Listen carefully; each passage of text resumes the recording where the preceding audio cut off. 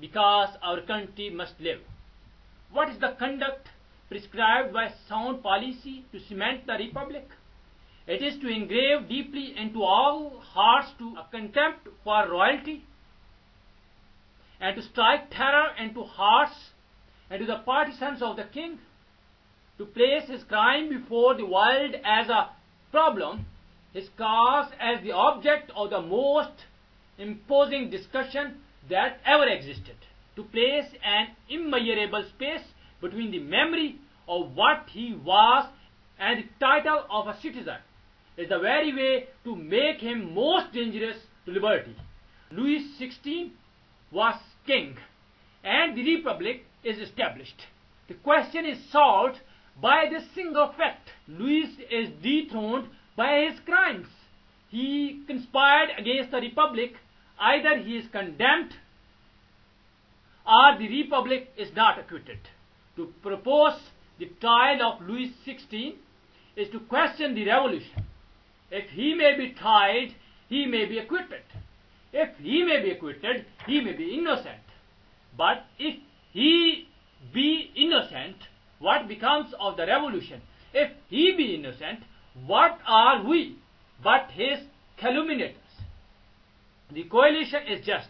His imprisonment is a crime. All the patriots are guilty, and the great cause which for so many centuries has been debated between crime and virtue, between liberty and tyranny, is finally decided in favor of crime and despotism.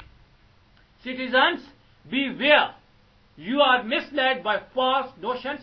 The majestic movements of a great people, the sublime impulses of virtue, present themselves as the eruption of a volcano and as the overthrow of political society. When a nation is forced to recur the right of insurrection, it returns to its original state. How can the tyrant appeal to the social compact? He has destroyed it. What laws replace it? Those of nature, the people's safety. The right to punish the tyrant or to dethrone him is the same thing. Insurrection is the trial of the tyrant. His sentence is his fall from power. His punishment is exactly by the liberty of the people. The people dart their thunderbolts, that is, their sentence. They do not condemn kings. They suppress them, thrust them back again into nothingness. And what republic was the right of punishing a tyrant ever deemed a question? Was 6th century BC Roman king Tarquin tried? What would have been said in Rome if anyone had undertaken his defense? Yet we demand advocates for Louis. They hope to gain the cause, otherwise we are only acting as absurd farce in the face of Europe. And we dare to talk of a republic. We are so pitiful for oppressors because we are pitiless towards the oppressed. 2 months since, and who would have imagined there could be a question here of the inviolability of kings. Yet today, a member of the National Convention, citizen Jerome Patillon, brings the question before you as though it were one for serious deliberation. O crime, O shame! The tribune of the French people has echoed the panegyric of Louis XVI. Louis combates us from the depths of his prison, and you ask if he be guilty and if he may be treated as an enemy. Will you allow the Constitution to be invoked in his favor?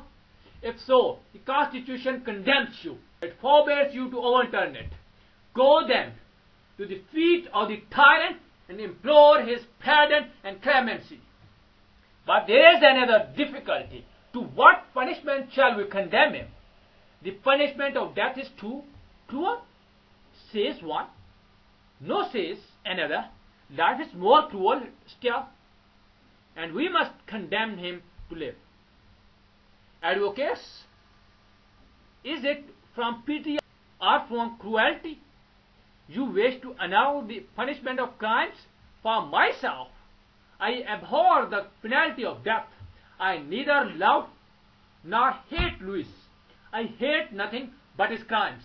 I condemn the abolition of capital punishment in the Constitutional Assembly, and it is not my fault if the first principles of reason have appeared moral and judicial heresies. But you, who never thought this mercy should be exercised in favor of those whose offences are pardonable, by what fatality are you reminded of your humanity to plead the cause of the greatest of criminals? You ask an exception from the punishment of death for him who alone could render it legitimate. A dethroned king in the very heart of a republic not yet cemented. A king whose very name draws foreign wars on the nation. Neither prison nor exile can make his an innocent existence. It is with regret I pronounce the fatal truth. Louis must perish rather than 100,000 virtuous citizens. Louis must perish because our country must live.